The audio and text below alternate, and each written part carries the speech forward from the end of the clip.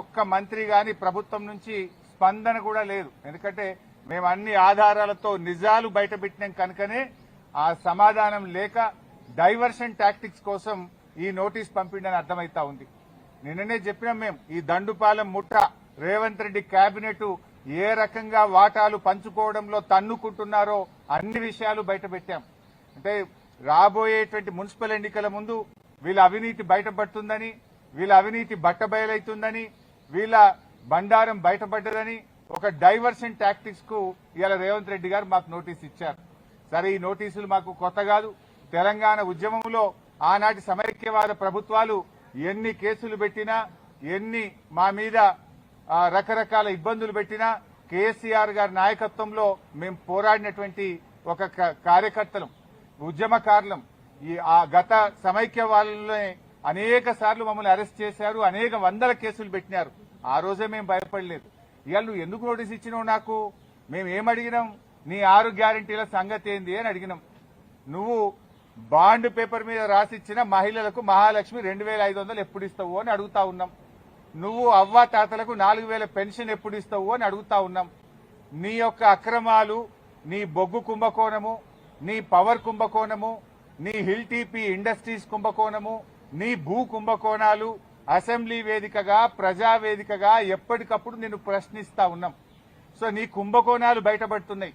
నీ వాటాల పంచాయతీలు స్వయంగా మంత్రులే ఒకరి మీద ఒకరు బయటపెట్టుకుంటుంటే నీ పరువు పోతుందని, నీ వాటాల విషయం ప్రజలకు అర్థమవుతుందని డైవర్షన్ కోసం ఈ నోటీసులు ఇస్తున్నావు. మాకు తెలియదా?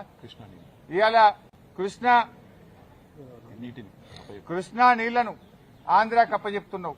అదేవిధంగా గోదావరి నీళ్లను ఇవాళ చంద్రబాబు నాయుడు గారి ప్రభుత్వం, ఆంధ్రప్రదేశ్ ప్రభుత్వం గోదావరి నీళ్లను మళ్లించి మరి బనకచెర్లకు, నల్లమల్ల సాగర్ తీసుకుపోతుంటే నీ చేతగాని తనాన్ని ఎప్పటికప్పుడు నిలదీసింది బీఆర్ఎస్ పార్టీ, ప్రశ్నించింది బీఆర్ఎస్ పార్టీ, నీ యొక్క బండారాన్ని బయటపెట్టింది బీఆర్ఎస్ పార్టీ.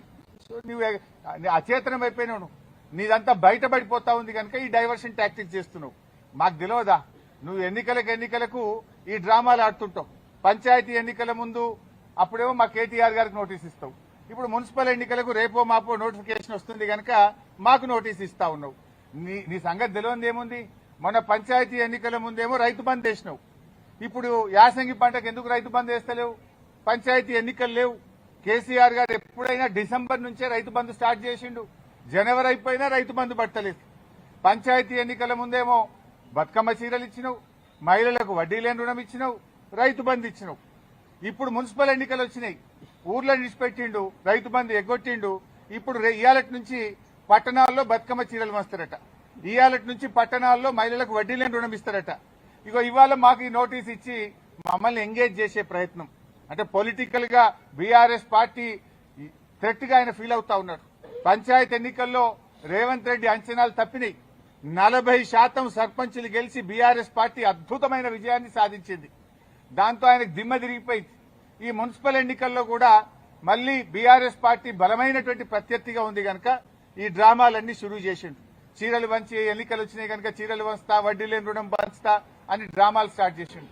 మాకు ఈ నోటీస్ ఇచ్చి ఫోన్ ట్యాపింగ్ కేసులో ఏదో ఉంది అనేటువంటి ఒక క్రైమ్ సినిమా సీరియల్ లెక్క నడుపుతా ఉన్నాడు. 2 ఏళ్ల నుంచి డ్రామాలు ఆడుతున్నావు. ఆల్రెడీ నువ్వు గతంలో నా మీద ఫోన్ ట్యాపింగ్ కేసు పెడితే హైకోర్టు కొట్టేసింది, సుప్రీంకోర్టు కూడా కొట్టేసింది. నీ చెంప చెల్లుమనే విధంగా తీర్పు ఇచ్చింది. నువ్వు పెద్ద పెద్ద అడ్వకేట్లను, రాష్ట్ర ప్రభుత్వ డబ్బులను, కోట్లాది రూపాయల డబ్బులు ఖర్చు పెట్టి పెద్ద పెద్ద న్యాయవాదులను పెట్టినావు నా మీద. ఎంత పెద్ద న్యాయవాదులను పెట్టినా న్యాయం నా వైపు ఉంది గనక, మేం తప్పు చేయలేదు గనక, ధర్మం మా వైపు ఉంది గనక హైకోర్టులోకి మేము గెలిచాం. సుప్రీంకోర్టు కూడా నీ చెంప చెల్లుమనే విధంగా నువ్వు స్పెషల్ లీవ్ పిటిషన్ వేస్తే కూడా కొట్టివేసింది. న్యాయం నిలబడ్డది, ధర్మం నిలబడ్డది. అయినా నువ్వు మళ్లీ పిలుస్తున్నావు. సుప్రీంకోర్టే కొట్టేసి ఇంకా మళ్ళీ పిలుచుడేంది డ్రామా? ఏంది డ్రామా? ఎన్ని రోజులు ఈ డ్రామా నడుపుతావు? 2 సంవత్సరాలు దాటిపోయింది. అంటే ఒక కంటిన్యూస్ గా ప్రజల్ని ఎంగేజ్ చేయాలని, మీడియాను డైవర్షన్ చేయాలని, ప్రజల అటెన్షన్ డైవర్షన్ చేయాలని నువ్వు ఎంత డైవర్షన్ చేసినా నేను ఎడవం. నీ బొగ్గు కుంభకోణం గురించి నిలదీస్తూనే ఉంటాం. నువ్వు ఆంధ్రాకు అమ్ముడుపోయిన విధానాన్ని నిలదీస్తూనే ఉంటాం. ఎల్టీపీ పాలసీ ఇండస్ట్రీ కుంభకోణం గురించి నిలదీస్తూనే ఉంటాం. నీ పవర్ స్కామ్ గురించి నిలదీస్తూనే ఉంటాం. నీ యొక్క అవినీతి బాగోతాలు అన్ని కూడా బయట పెడుతూనే ఉంటాం. 6 గ్యారంటీల కోసం తెలంగాణ ప్రజల పక్షాన నిన్ను ప్రశ్నిస్తూనే ఉంటాం, నిలదీస్తూనే ఉంటాం. నేను ఈరోజు బీజేపీ కిషన్ రెడ్డి గారికి కూడా ఒక లేఖ రాస్తా ఉన్నా. కిషన్ రెడ్డి గారు, మీరే కేంద్ర బొగ్గు గనుల శాఖ మంత్రి. సింగరేణిలో 49% కేంద్ర ప్రభుత్వానికి వాటా ఉంది.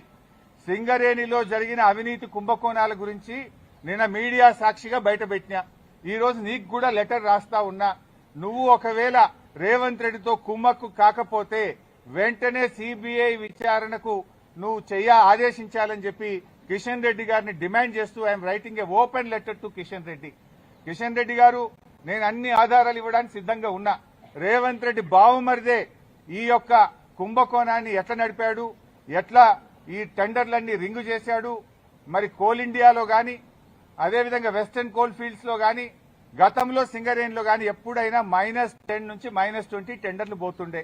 ఈ సైట్ విజిట్ సర్టిఫికేట్ పెట్టిన తర్వాత మరి ఎవరెవరు టెండర్లు వేస్తున్నారో తెలిసి రేవంత్ రెడ్డి బావుమరిది ఆ కాంట్రాక్టర్లను బెదిరించి వాళ్ళు ఏ రకంగా ప్లస్ టెండర్లు ఆయన పొందిండు టెండరు, ఆయన ఎవరనుకుంటే వాళ్ళకి టెండర్ వస్తుంది, ఎవరనుకుంటే వాళ్ళకి సైట్ విజిట్ సర్టిఫికేట్ వస్తుంది. 9E బ్లాక్ ఒక్కటే రద్దు చేయడం కాదు, ఈ టెండర్లు రద్దు చేయాలి. దీని మీద సిబిఐ విచారణ జరపాలని నేను నిన్న డిమాండ్ చేసిన. ఇలా వ్రాతపూర్వకంగా కూడా కిషన్ రెడ్డి గారికి I'm writing A open letter.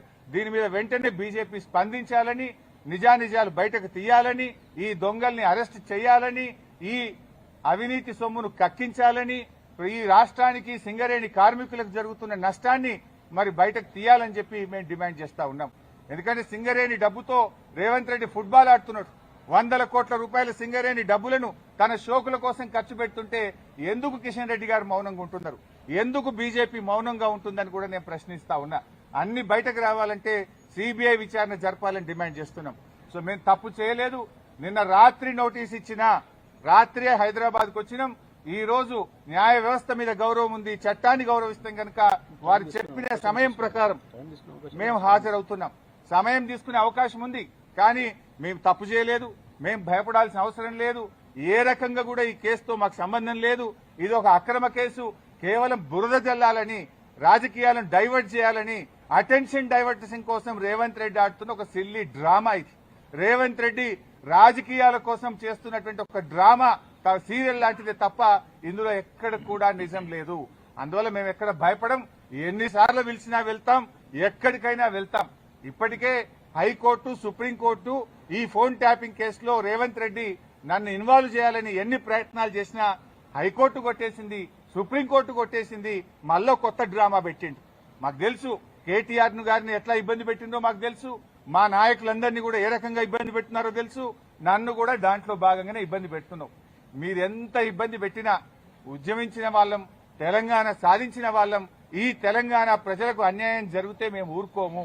ఈ తెలంగాణ ప్రజల పక్షాన నిన్ను ప్రశ్నిస్తూనే ఉంటాం. తెలంగాణ ప్రజలకు నువ్వు ఇచ్చిన హామీలు అమలయ్యేదాకా నిన్ను ప్రశ్నిస్తూనే ఉంటాం. మీ అవినీతి కుంభకోణాలు బయట పెడుతూనే ఉంటాం. నిన్ను వదిలిపెట్టే ప్రశ్నే లేదు. మాకు తెలుసు రేవంత్ రెడ్డి 3 రోజుల కిందనే ఈ స్క్రిప్ట్ వేసిపోయిండు. ఆయన వరుసగా నోటీసులు ఇవ్వాలని, ఆయన స్విట్జర్లాండ్ లో, ఆయన అమెరికాలో తిరిగొచ్చేదాకా ఈ సినిమా నడపాలి, ఈ నోటీసులు ఇవ్వాలి, వరుసగా నోటీసులు ఇవ్వాలి. రాజకీయాలు ఆయన ఉంటలేడు కనుక దీని చుట్టూ తిప్పాలి. బీఆర్ఎస్ నాయకులందరూ మున్సిపల్ ఎన్నికల మీద దృష్టి పెట్టకుండా అటెన్షన్ డైవర్షన్. సంగారెడ్డిలో ఒక ఎమ్మెల్యే మొన్ననే చెప్పిండు, మేము ఉమ్మడి మెదక్ జిల్లాలో కష్టపడి పనిచేస్తే ఒక ఆయన చెప్పిండు మొన్ననే, ఇక నేను మళ్ళీ పోటీ చెయ్యా, ఇక నేను మళ్ళీ ఓటు అడగా అని మా దెబ్బ కొడితే మొన్న ఒక నాయకుడు చెప్పిండు. రేపు కూడా నువ్వు ఎన్ని డ్రామాలు చేసినా ఖచ్చితంగా మెజారిటీ మున్సిపాలిటీలు గెలుస్తాం, ప్రజలతో ఉంటాం. ప్రజల చేత నీకు తప్పకుండా ప్రజలే నీకు బుద్ధి చెప్తారు. మేము మాట్లాడుతున్నది నీ అవినీతి మీద బయట పెట్టినాం, దాని మీద సమాధానం చెప్పు. నీ 6 గ్యారెంటీల గురించి అడుగుతున్నాం, దాని మీద సమాధానం చెప్పు. సంబంధం లేని కేసుల్లో మమ్మల్ని పిలిచి ఈ డ్రామా ఆడుతున్నావు, ఆడు ఎంతకాలం ఆడతావో. నీకు సమయం దగ్గర పడ్డది, ప్రజలే నీకు తగిన గుణపాఠం చెప్తారు. తప్పకుండా మేము న్యాయపరంగా ఎలాంటి అవకాశాలు ఉన్నాయో న్యాయపరంగానే ఈ కేసును మేము ఎదుర్కొంటాం. Thank you.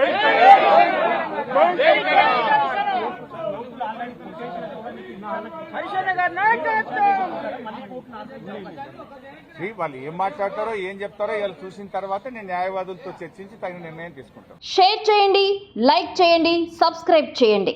మరిన్ని వీడియోల కోసం బెల్ సింబల్ పై క్లిక్ చేయండి.